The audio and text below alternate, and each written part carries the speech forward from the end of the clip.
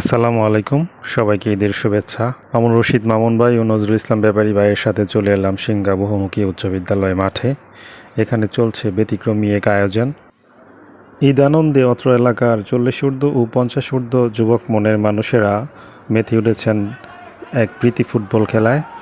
যেখানে যুবকেরা মোবাইল গেমে আসক্ত, সেখানে এমন আয়োজন সত্যি প্রশংসার দাবি রাখে।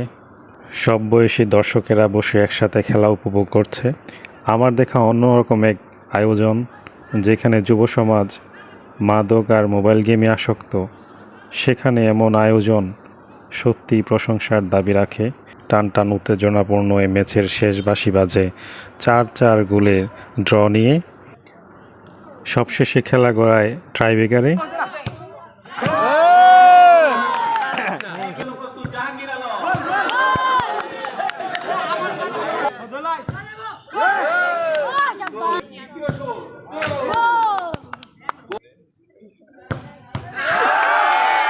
গোলকিপারের নৈপুণ্যে অবশেষে 50 ঊর্ধ্ব বৃদ্ধরা জয়লাভ করে।